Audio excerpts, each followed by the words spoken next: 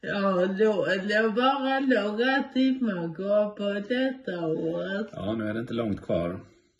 Och jag ser med glädje fram emot ett årsgemenskap. Ja, nu har vi ett helt nytt år framför oss med nya spännande möjligheter. Ja, det är lite spännande att inte veta vad som ligger framför en. Ja, lite har vi väl planerat. Ja, vi är så välplanerade. Ja, så är Men det. inte varenda dag 2026. Nej, det är sant, det är sant. Men försöker vi fira att det året är slut. Ja, det får vi se till att göra.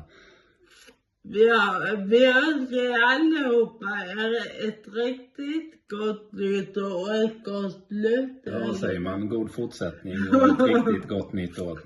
Det är nog som jag säger, gott nytt år allihopa. Ja, gott nytt år.